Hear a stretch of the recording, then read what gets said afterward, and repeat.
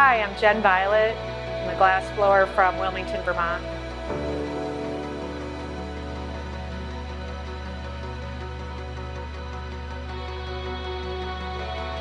In high school, I was really into painting, and I decided to go at Alfred University when I was a student there. So the person that first got me interested in glass blowing was a friend of mine named Brian Pike. He's a graduate student in glass, and he was one of my early teachers.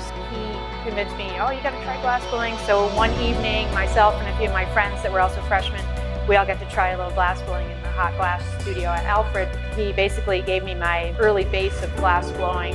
He gave me a lot of my early skills at Alfred there. Another one of the people that I was influenced by was Ed Branson. I apprenticed with him for many years, but I was very inspired by his style and his organic forms that he creates. My style is kind of a more inspired by the natural world. You know, I've always done a lot of gardening, and I guess I just love trying to recreate that. But that first experience was really like, you know, sort of hooked me in, was mesmerizing.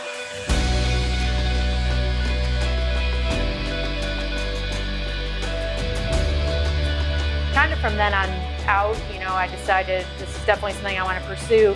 And I still continue with my painting and printmaking, but the glass and metal kind of started to take over. The molten glass especially is very mesmerizing, and it's like, you know, you can tug at it, you can pull at it, you can spot heat certain areas, and just, it can become so many different things. You know, you can carve and cut and polish it, and, you know, do all this cold work to it, or you can, you know, do all these different things like I do with powder techniques and in the hot shop, and it's just, there's so many like endless possibilities.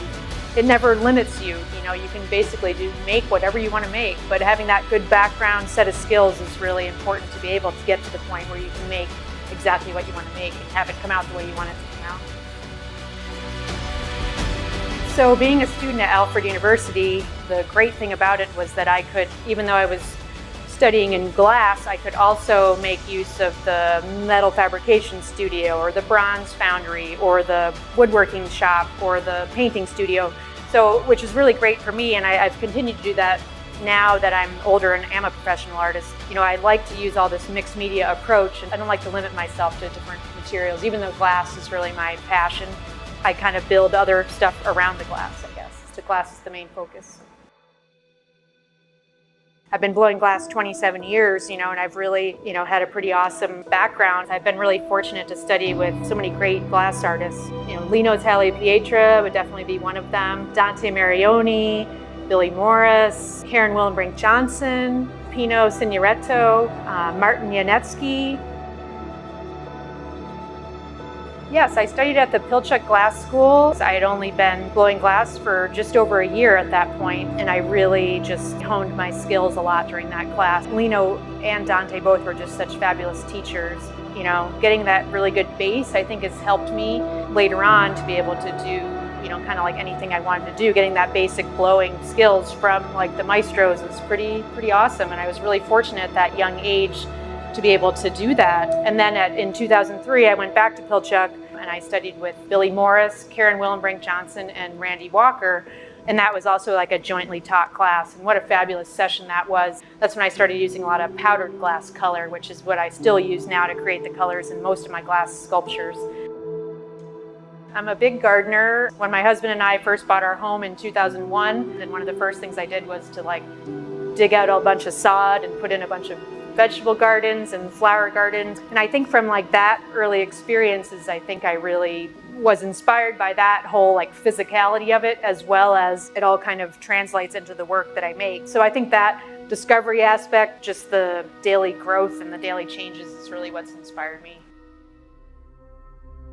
I'm always picturing new and different pieces that I want to create, and I think that's what keeps me going. You know, I'm pushing myself to, you know, make newer and different work, and, you know, keeping it fresh, I think, is really what's important to me, and just kind of pushing myself. Little things like that kind of help drive me too, but I've always kind of been like a self-motivated person, kind of just trying to always kind of move up to the next level with my work. Just my love of working with glass and just trying different techniques keeps the self-motivation going, because I'm always kind of looking to that next step.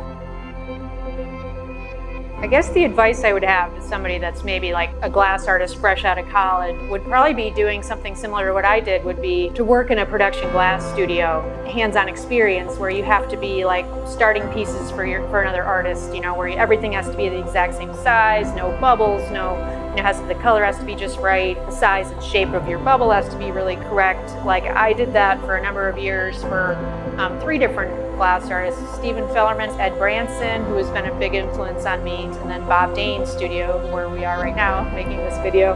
Working for them and getting to like learn another artist's aesthetic, but also trying to keep their, try to keep it within the parameters that they're looking for. It's really important to work in somebody else's studio for quite a while before jumping in and trying to build your own studio. And coming out of college, they didn't really teach us any of the business side of things. So I think that getting to know the business side of art through working for another artist is really important. Even just learning how to pack your pieces or how to, I'm still learning that now,